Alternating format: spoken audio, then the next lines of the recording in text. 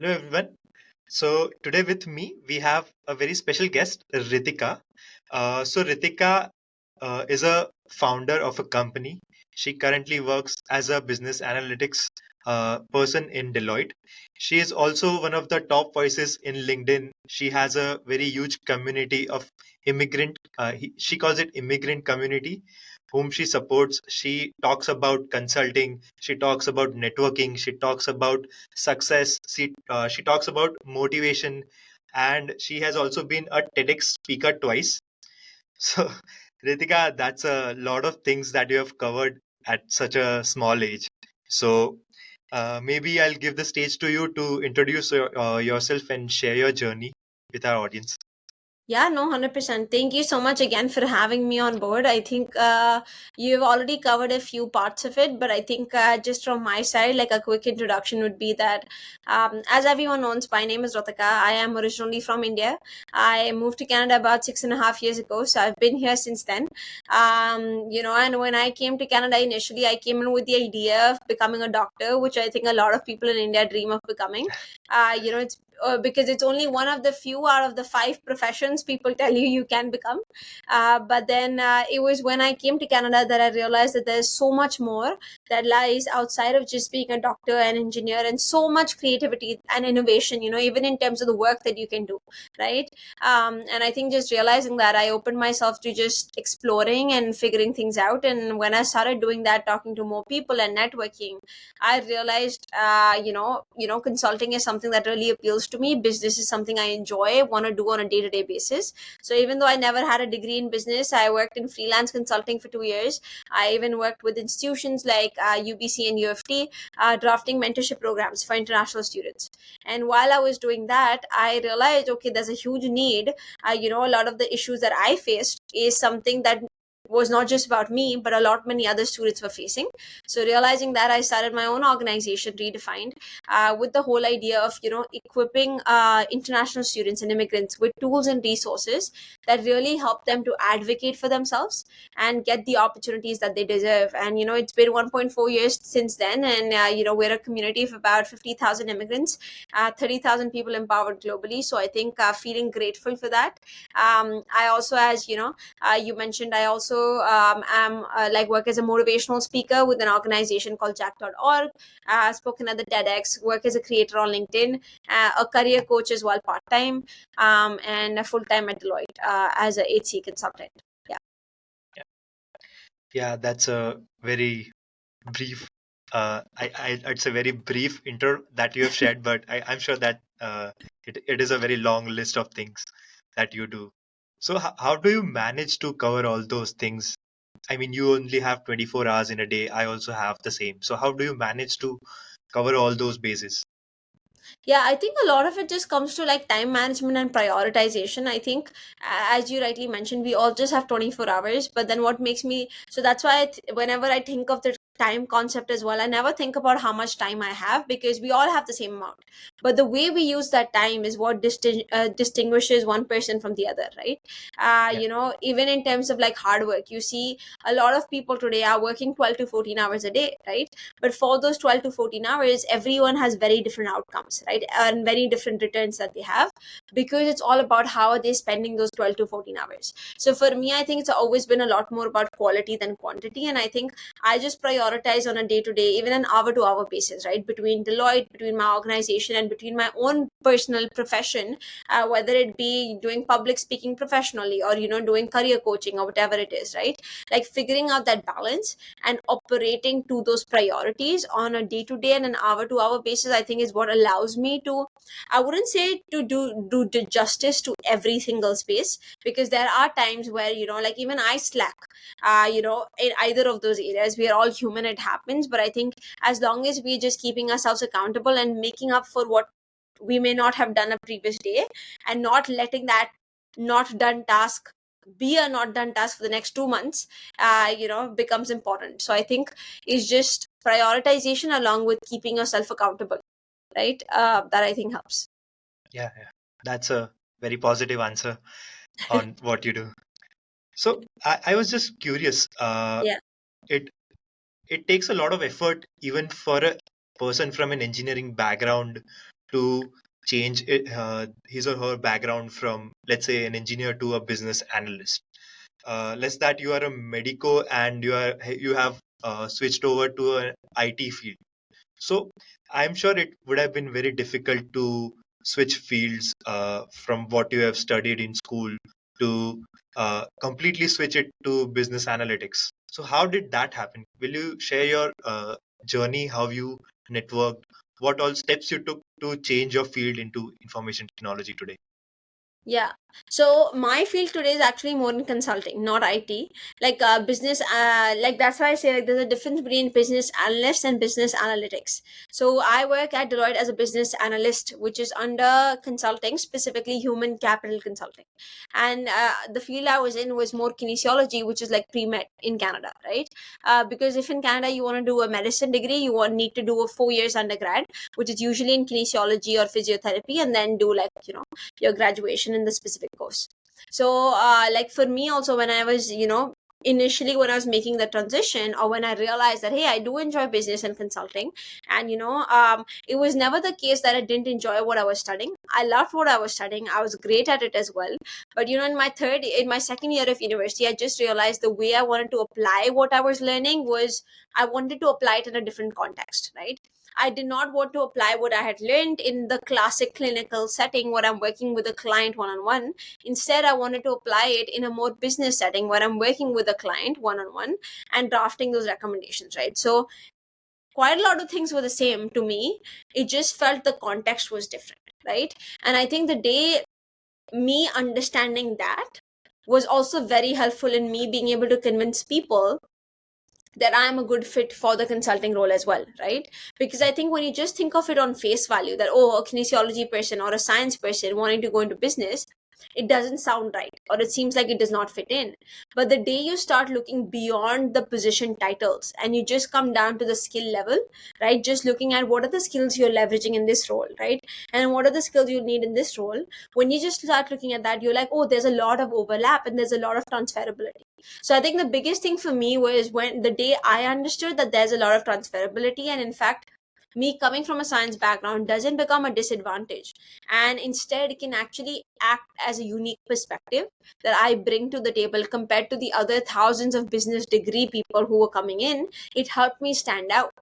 Initially, even though it was in a negative way, where people thinking I stood out in a negative way, like I did not fit in, I decided, why don't I use that attention to instead change the opinion, right? So I think Right. for me, a big part of it was realizing it myself and identifying that value in myself. Because when I was able to do that, that was when I was able to convince others to see it from my perspective as well, right? Right. And I remember until I did that, I remember even being on a call with someone who is from consulting as well. At that time, very senior person, who did not entertain the coffee chat either for very long, because he was like, there's no point in having this conversation, right? Because you come from science and you wanted to go in business, and there doesn't seem to be an angle, right? And I remember not having an answer to that response that time, because I don't think I myself understood what I was wanting to get into. I did not know what consulting was then. I did not know what exact skills were needed for it. I was still exploring. So I realized the biggest thing was just getting a proper understanding of what it is and how to get there. Yeah.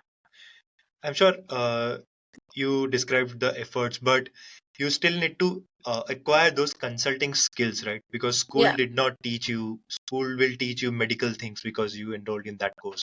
You still need to acquire those consulting skills. How did you acquire those skills, and what challenges did you face during that process? Yeah, I think a big part of learning anything, it's like learning anything in life, anything new that you learn, you obviously need to gain experiences to create credibility for what you have learned, right? A big part of it, as I mentioned in my previous answer, is definitely learning how to sell yourself. But now, once you have understood how to do that, now the other point is, even though let's say someone gets sold on that idea, you got to give them examples of XYZ things you've done for someone else and how you can do the same for them also, right? And I knew that very early on, that okay, when I don't have a degree in this space, I definitely need to make up for the degree with multiple experiences, potentially more experiences than an average student at my age may have to present to an employer. So what I started doing is instead going for the very traditional route of finding corporate jobs or co-ops I started looking for internships where I was working online with different non-for-profits and startups. And some of them initially started off in an unpaid capacity, right? Which I then eventually made into paid opportunities and contractual roles, right? But the reason it started unpaid is because I knew I lacked XYZ skills. And I knew I needed an X experience to be able to create credibility for myself in that space, right? So I picked on those opportunities initially through leveraging different platforms, especially like platform like LinkedIn, where I was just cold messaging, cold emailing people, right? Just letting them know simple things like, hey, my name's Ritika, this is what I do. I don't have experience in marketing, right? I see that you have a website today. I'm a Gen Z, which is your customer audience. I understand what they want. I can help you improve this, right? And I can help you increase the impressions, the clicks per impression, etc. Right? And I offered them that, hey, I'll work with you for a month for free, right? And from there we can see how it goes forward, right? So I think a lot of those conversations started like that. Obviously I reached out to a lot of people. Out of those, few got back, and with those few that got back, I created those internship opportunities, which now became those Canadian experiences that I could use in my resume. So I was like, worst case scenario, let's say none of these people say we're ready to have you onward paid after this month. It's fine, because now I have 3 experiences on my resume exactly relevant to the space I want to get into, right? And recent experiences, right? But out of those 3 that I did, 2 of them ended up even agreeing to pay me as I was moving forward. So not only did I have relevant experience, now I was able to give up my part-time job as well, because now I could make twice the amount of money with more flexibility and in a space that aligned directly with what I wanted to do instead of spending my time there. So I think a lot of it was just building those skills, and once you build it, selling those skills as well. Right. So you mentioned cold calling and cold emailing or reaching out to Yeah, people on LinkedIn. How do you find people relevant to you? Let's say, let's take an example for me. I am running this podcast. I want to yeah, find the future probable guest. Now I can only network so much. yeah. How can I reach out to people, start cold texting them that, hey, please join this podcast as my guest? How would you Hmm. do that? And is that the best way to go today, or is there something that you could have improved looking back now, that or that you can advise me to do that? Yeah, I think from a podcast perspective specifically, I think my first step would be is to, obviously, depending on what is my audience, what's my goal with my podcast, depending on that, identifying the kind of people I want to have on board first. Like, let's say, for example, if your podcast is all about marketing enthusiasts, right? Right. Then I know the kind of people I want to bring in are people who are either pursuing a career in marketing or who are pursuing marketing from a more experiential perspective. Like, let's say, our creators, for example, right?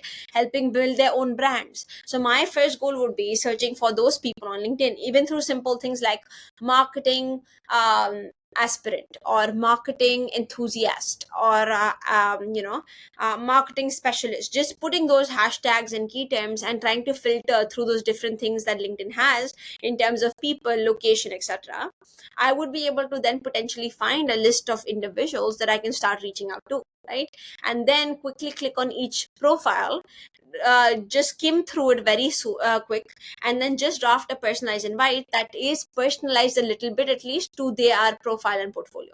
So Right. I'm not saying you need to personalize everything from beginning to end, but creating a sample template and then creating spaces within it as fill in the blanks that allow for that personalization, and then copy pasting that and putting in that personalized information before sending it out will give you a higher success rate of having that acceptance done from their side, and potentially having that coffee chat with them as well, right? So I would say that would be the way I would at least head about with it. And secondly is, like, once, let's say, you hop on a coffee chat with one person, one way I like to build my network is always think, the dominoes effect, whereby if you talk to one person, at the end of the call, ask them, hey, is there anyone else you would recommend in this space, right? I'm looking to interview people in these XYZ spaces. Do you have a recommendation for someone else I can invite to this podcast, right? Maybe a friend or someone you look up to as well. And maybe even asking them to make an introduction if they're comfortable with it, right? Right. So I think those are just the ways to naturally grow your network, because now, even though you have a list of 10 people, now that 10 people list can maybe help you bring 30 other people, right? Right. So I think that is what I like to do from my own perspective in terms of what I could have improved if I am to go back in time in a way. I think I honestly started on LinkedIn a lot later than I should have. I started on LinkedIn when I was end of third year, almost beginning of my fourth year of university, right? So honestly, I feel like if I started a lot earlier, if I was aware of it a lot earlier, I think the kind of opportunities I had would be a lot more, and where I would be today would also be a lot more in terms of the audience size and everything. So I think those differences definitely are there, and I wish I started networking earlier as well, right? But I think that's where those two pieces are connected, is the sooner you get exposure to content and the importance of topics like these, or even exposure to a platform like LinkedIn, you automatically will become someone who ends up getting roped into networking and reaching out to people. Because when you're on LinkedIn, you're seeing all these people doing such amazing things. You can never stop yourself just watching those things. You will become someone who reaches out to those people to understand how exactly are they doing it, right? Because you always get this sense is, I'm probably not doing something that I should be doing, right? That I'm not getting those opportunities. So I think that sense does kick in when you're just on platforms like this. So yeah. Can you, you mentioned you got late on LinkedIn. Can you explain what you do on LinkedIn right now? I got on LinkedIn, like, yeah. I think like just I mean like from a content creation perspective, right? Like whether it be becoming top voice on LinkedIn today or having a community of about 52,000 people, I think all of that really becomes helpful. Because I think LinkedIn, as opposed to Instagram, for example, it's not being the point is not about being an influencer. The reason we call ourselves creator on LinkedIn is because the point is very different. The point is the kind of people you're attracting to your platform become different. My goal has always been, at least with the things I want to do in life, is to kind of make sure, how do I not just advocate for myself, but enable others to advocate for me, right? And when I say enable others, most likely other decision makers who may be sitting in rooms and places which I may not have access to all the time, right?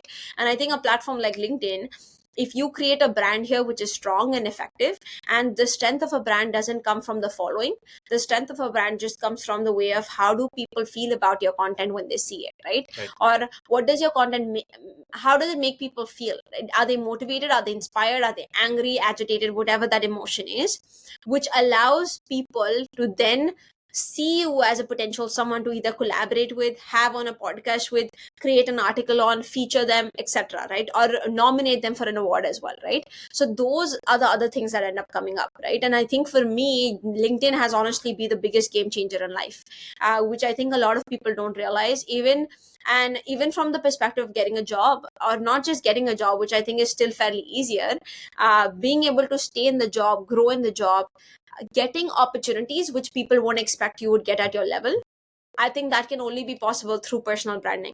And that is where LinkedIn comes in and plays a big role. Because a lot of us, when we even join companies, we end up being just employees, right? And for me, the goal has been, I don't want to be just anyone within the firm. I want to be someone, obviously, who does good work and everything, but everyone's doing that, right? Everyone works hard in a company. Everyone is amazing. Everyone's a high achiever. So that's not your plus point. So you got to have something beyond all of that, right? And I think that's where LinkedIn can be really used well to create that X factor for yourself and create something that speaks in magnitude to you beyond just your resume, for example. Right. So you are trying to create a brand of yourself on LinkedIn. Do you think Yes. you are doing this to be credible in front of your audience, that uh, you have this brand and people would recognize you with this, and maybe you can help people more with this? Or what is the purpose behind creating a brand for yourself, and why is it important to create a brand for yourself? Yeah, I think creating a brand for anyone today is important because, I mean, it comes down to your goals at the end of the day, right? Like, I think if you're okay with being someone who is invisible, then that's fine. The reason why I say that is because today we live in a world which is so incredibly competitive. You have the best talent in the world today, right? But most often, the best talent isn't the one getting the job. The smartest person isn't the one getting the job. You know who's getting the job? It's the one who's the most visible. It's the one who's a friend of someone, or it's someone who has been networking with someone else who's getting those opportunities, right? And I know initially I would find myself saying that, oh, life is so unfair. But then I realized, well, it's not technically unfair, it's just changing, right? What happened 5 years ago may not, it will not keep happening even today, right? If people hired 5 years ago, depending on who has the highest academic background, yes, it was then. But now the trends have changed and people have realized, hey, what we're looking for is not just academia, but a lot more than that, right? 2 years ago or 3 years ago, our focus was more on experiences. It was more about, hey, do you have 10 years, 15 years of experience? That means you're a better candidate than someone with 2 years. But now we're shifting to a model where people are like, it's more about skills than experiences. That means even if you may not have 15 years of experience, but if you have someone who has all the skills we're looking for, that shows that you have the potential to be someone who could have those 15 years of experience, right? And people are today hiring for those skills than the experience numbers, right? So those things are changing, and with those changing things, we need to adapt as well. And I realized very early on that, okay, if I need to survive in this market, not just survive, but excel in this market, right? And I'm not saying in any ways I've excelled yet. There's definitely a lot more to do. But if you know you need to do that, you need to know that you need to be doing something beyond the normal, right? Like if you just think about things and put it in perspective, everyone's trying to be rich, everyone is working hard, everyone's doing experiences, everyone's applying to jobs, right? Every single person is doing that. How many people are creating brands on LinkedIn? Very few of them, right? Out of so many people in the world, I think LinkedIn has 1 billion users. And out of those 1 billion users, I think out of those entire community of people, it's only 25% of people that are actually using it actively. Huge distinction, right? If you even see the LinkedIn top voice badges, they're given out to 300 professionals a year, right? And out of the 1 billion users, that's 0.00003% of people, right? Right. But does that mean that all those 0. Whatever percent of people are the best people in the world? No. There'll be so many with such amazing like voices, perspectives, etc. But just because they're not on there, they don't get noticed. And because they're not on there, they may not get access to some of those opportunities, some of those awards, which indirectly add credibility, right? Not a lot of these awards, etc., if you think about it, like credibility is a very interesting concept, because not a lot of these awards, like, in reality carry any value. It's us who's adding value to it, right? If you put a gold trophy here and you add IFA on it, right, that's when it becomes credible. But if you add, I don't know, pizza on it, right, it doesn't carry credibility, because there isn't an organization by the name of pizza that sells these awards. So you know that what's adding credibility is just the name and those titles which we have in our heads, like, amplified, right? But you still need to be getting those in many ways in order for people to see the value, which is very unfortunate as well, right? Like if you even participate in a fellowship program, if you tell someone it's just a random fellowship program versus it's a Harvard fellowship program, automatically people see more value in you than the other, even if let's say you're doing a very bad job in the fellowship program, right? People are ready to not even think about your performance, but just about that title, right? So it's things like those that happen. Yeah. So I understand that even if you have great experience and knowledge, but without a brand, people will always reach out to someone who is a brand and has something to show it to the customers. Yeah. So you also have a company called Redefine. So are you trying to create two brands here? One which is Ritika on LinkedIn and one Redefined, or how does that work? Is it a one brand, or what are you trying to do with that? I don't think I'm actually honestly even very strategic about how I build the brand. Maybe I should be, to be honest, at this point. But I think as opposed to a lot of other creators, I think I'm just very natural at the way things are. Even the way I write my post is just in the moment, right? The day I'm not feeling it, I honestly sometimes don't write a post, right? So I think that's why I feel like in many ways, like even the community size I've built, I think it could be even twice this amount, right? If I start being more strategic. But I think for me, it's like with the other things I have, as I said, it's all about prioritization and, and what I think is important for me now versus later. So I work according to that. For me, right, I think it's all about perspective, right? For me, Redefine and myself are the same thing. Redefine is like my baby, but I'm still a mother, right? So mom also has to have her own identity, right? And the baby has its own identity, right? So I think obviously it's two different people and things. One is an organization, one's an individual, right? So I think I keep building my brand, and Redefine is building its own brand through the work it's doing.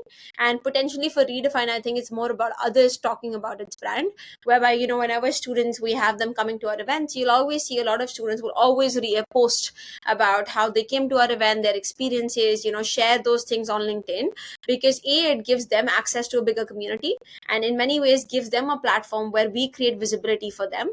But at the same time, it creates that visibility for us, because it in many ways validates what we stand for, which is empowering these communities, right? So I think it happens in different ways, but yeah, So, it can be seen as one or two brands. so what are you trying to achieve with Redefined? Are you, and you also say that you are hiring, so maybe you can talk a bit about that also. So with Redefined, are you trying to build brands for others, or what do you do with that? So as an immigrant, I do not think about building my brand right away. But is that the right step to do that? As soon as I land in a new country, I start building my brand, or I take time, I set up a base, I get comfortable, and then I build my brand. And what do you do with that? I think the biggest thing is when you talk even about brand building, and then I'll talk about what Redefine does. But like when you even talk about brand building, I think before even jumping into creating something, it's important to understand what you want to create in the first Yeah. place, right? And I think a lot of students don't know that when they come in, right? Because I think back home, whether it be in countries like India, Africa, Saudi Arabia, Afghanistan, wherever it is, I think a lot of us, because of the way our cultures are, which are more collectivistic cultures, I think we have never actually had the time to sit down and think what we want to do, because for our longest years we have been too preoccupied with the perceptions and opinions of what others want us to do, right? So I think when we are put into this new country where suddenly you have the flexibility to figure out what you want to do, we don't know what to do with that flexibility, Right. right? And the easiest thing sometimes is to jump into what my friends are doing, right? Or to again jump into what you see on social media that's popular, right? Just yesterday when I was at a university having a session, I remember one of the students came up to me and she said, I was a teacher first, then went into digital marketing, and then I went into a corporate job. And I said, why are you switching all of these things? She said, it's because in the media and the market they were saying that, oh, teaching profession is going out, it's the digital media is the new thing, right? And she said, when I started media, then they said, oh, corporate jobs are the new thing, right? Then layoffs happen. So I said, why are you following what others are telling you, right? And for a lot of students coming here, PR consultants, those are a big influencer in their life, right? Telling them, oh, you want to stay here longer? Well, why don't you do a degree randomly in your mid of your professional journey, right? Just to keep extending your course here. So I think that's kind of the biggest issue, right? We aren't developing our own mindset. We're letting others dictate the mindset we should have. So I think a big part of Redefined is we focus more on those soft skill upskilling. That's why, right? Which is more of the mindset building, mindset training, with that personality development in many ways. And, then showcasing about the importance of personal branding and talking about those other career topics, right? Resume, cover letter, the usual as well, but majorly a big focus on those other areas, which I think often get left out, even in our education system, whether it be back home or even here. It's not something we're talking about, right? And I think it should start happening even from the age of high school, because right now if a student is graduating with zero knowledge and experience in this space, they're going to suffer, right, in the market and the way it is. And it's technically no fault of their own, right? Because no one's told them it's important to look into, right? So they are coming thinking, oh, hard work, it will make everything possible, or getting the best grades will make everything possible. But then that's not happening for them, and that leaves them confused that, oh, why is this happening, right? Am I not working hard enough? Then that self-doubt goes in, right? Which is not the direction they should be going Right. into, right? So I think it's very interrelated. Yeah. Yeah. And you mentioned you are hiring. So what positions are you hiring, and how do you like plan on it? So obviously, when I say hiring, we are not a startup yet, so we don't pay for those positions. Unfortunately, I hope we can start paying. It depends on the kind of roles, though. Like if you're looking for photographers, videographers, because those are very experienced skill sets we're looking for, we do pay for those on like a hourly basis, $20 to $24 an hour, depending upon the events and everything. When I say hiring, we obviously have two models for it. One is if anyone wants to join our core team, right? We're always expanding as well. In Canada, we're in 4 cities right now. We're more than happy to move further. So we're always looking for those core team members who either want to drive things in their own cities and regions, or want to join us in our current regions to just advance the work to more universities, colleges, high schools also, right? And secondly is like our internship programs. So we recently are even a part of multiple internship programs, but also provide our own internship programs where we give students the opportunity over a period of 1 to 2 months, not just to get training and upskilling through workshops, but the opportunity to also build experiences in the space relevant to their future careers, right? Whereby if a student wants to go into marketing, but they have no Canadian experience, we bring them in for those 2 months, help them build at least 1 month of a Canadian experience building the skills that are required in marketing so that they have something to show the employer when they go up to them, right? So those are like the two things that we have available, right? And if anyone's ever interested, they can always look at our website, redefine.social, or reach out to us on LinkedIn as well, Instagram. Yeah. I'll definitely share it with the audience so that they can reach out to you. Do you also support co-ops in colleges? uh Good question. The thing is with co-ops though, like co-ops are usually you need to have it like in a paid format in nature, which is why we don't. But yeah, internships like more part-time if people want a flexible schedule. That's what I think we cater to most. Yeah, makes sense. So what's next for Ritika, and what is the biggest soft skill that you see lagging today amongst community that you serve, and what next you will do to address that? Yeah, I think the biggest soft skill lacking is just, honestly, I would say, like, I don't know if this is a soft skill, but I think confidence is lacking for sure. Big one, big time. You're seeing so many, and I think a big part of it is just because when they're coming here, they're coming with XYZ aspirations and XYZ expectations. But those expectations aren't being met when they come here, right? Because the reality is quite distinct than what's presented to them by those mid-level consultants or whatever that exists there, right? Let's not go in that direction, but yeah, whatever that exists in the middle, right? And because of that, what's happening is when they start receiving those barriers and challenges to just enter something like enter the workforce despite having 10 years of experience or even 2 3 years of experience back home, they start questioning themselves. That's what I was talking about before, right? They start going into the opposite direction instead of looking into, okay, how do I upskill, maybe networking, all of those things, because no one's giving them that guidance. Even in universities here, they are going in the direction that, oh, probably what I'm doing is not right, right? Probably I'm not smart enough, probably I'm not good enough, right? I'm not good in this world. Maybe India was just better for me because it's easier there. But I think the end goal is it's not technically easier there than here, right? It's not like that. It's difficult either places. But I think what they're forgetting is the context is different. You have to prepare yourself differently before coming here. If you obviously come unprepared in any challenge or situation, you are going to face the challenges, you are going to fall down, right? But it's only when you learn that you will have the confidence to get up and fight it again, right? I met a mother yesterday at the same college that I went to, Humber, right? She's married, she has a daughter back home in India. Her and her husband came down here, right? And she literally was in tears when I was talking to her, and I could see that. And she's like, I don't have the confidence. I don't think she's like, I have 10 years of experience. But she's like, after coming here, it just feels like nothing is good enough, right? And I said, why did you have to leave India? Tell me that first, right? Why I asked her that question is because for a lot of people, there isn't a specific reason why they're leaving. Sometimes they're leaving because they think the future is just better here. I don't know who's advocating for this, that automatically coming to Canada just changes life. It can change life in a good way or a bad way, right? For a lot of people, it comes down to you and your experiences. If you have a well settled life there, and if you're worried about your daughter's future and her study because you think education is better in Canada, and your daughter is just 2 years old, and you're going through this unnecessary stress pressure keeping your daughter away from you just because people have told you Canada is better, and now your husband with 10 years of experience is struggling to find that job and is now working at 7-Eleven, you now start questioning yourself and your capability, and now you're working those jobs that you never wanted to work in. So I said, tell me, is there a point to struggle so much, right?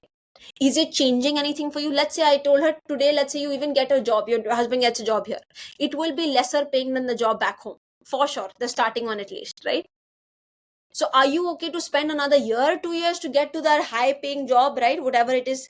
So all I'm saying is, like, I think the mindset that we are, fueling back home and, in a lot of these countries is, I just think, is coming from the wrong perspective. We aren't thinking why we want to go. We're just following what others have told us to do. Better future here, broad job, right? And we're just sending people there without having them thinking through, okay, what do I want to do there though, right? And then when they land here, they're like, oh my god, now that I'm here, what do I do, right? Things are different. So that's what I'm saying is the biggest thing, at least I see happening, and I just want to break that mindset down, right? I'm not trying to tell people don't come to Canada. What I want to tell them is if you plan to come, come prepared to Canada. That's all I'm saying. So that you don't come here and you're like, oh my God, what do I do now? Right? And then go through unnecessary stress in life, right? When you have something so well established back there, right? So take on that challenge. If you think that challenge is going to bring you that insane return, that maybe staying back in your home country is not, right? Then it makes sense, right? And then you can come and prepare and go through it, right? So that's why we're organizing a lot of events. We had the meetup happen on Sunday. On February 10th, we have a workshop session happening for like 4 or 5 hours, like a full day event, right? Networking, employer panels, everything to do all of this basically. And we also have recognition programs coming up for international students, because I think in all of this chaos and negativity, we need some positivity, empowerment, good vibes, energy. So we're doing a program just like an awards gala, a red carpet moment where people can dress up, come, when we award students from different schools, 5 different awards every province. And we're still looking to finalize for Ontario. We've done for the Atlantic happening end of Feb, but let's see how it goes. Yeah. Yeah. And I believe there are some financial constraints also coming from a different country. You take a lot of loan or debt on yourself, and maybe that makes you change your decisions on the way. So, True. on a closing note, would you like to share any thoughts to the audience, what to keep in mind, and what are your thoughts basically on all of this happening right now and the situation that is currently? Yeah. I think, see, honestly, what I would say is like a lot is changing every single day, right? We don't know what's going to happen, this and that. Even me, it was only when I came back from home, from India recently, when I was there on vacation for almost a month. And when I came back, was, my parents were like, look into the PR process and everything. And I looked into it, and what I realized, I'll tell you is, and I'm not saying this is wrong on Canada's part or anything. This is how any country's PR process works, right? What I realized is the PR process is not identifying people who are extremely capable or anything. That's never a factor. It's just looking for people who fill their gaps that exist currently here in the market, right? So it's not made to uplift you in many ways. It's made to uplift the country, which makes sense on country's part totally, right? But what people are coming thinking is completely the opposite. Their coming thinking is just to change your life completely, which is not the case, right? Because now, if you think about it, me working at one of the top consulting firms in a good position, well paying job, whatever it is, right? Trying to do so much. But I still won't qualify for that PR process versus if I was the Ritika in my first year who was working at a pizza place. And if I still continue to work there, I can promise you I'll get my PR a lot sooner than I'm getting in this role, right? I agree. Yeah. Why I'm saying this is what I want people to really think about and see if PR is your goal, go for it. But I'm saying is when you come to this country, just think about one thing is, if I invest 4 years here, right? Is PR only the end goal, or do I want to see myself at a place different than where I started in terms of skill sets, in terms of growth, etc.? And which one's more important, right? Would you rather invest 4 years doing something you don't want to do just so that you fit into those 3 categories that the PR application outlines, which helps you get it sooner, and invest or spend away those 4 years just doing that, and then after those 4 years, once you have your PR, then struggle to figure out, okay, wow, now I have a huge gap in my skill sets, what do I do with my life?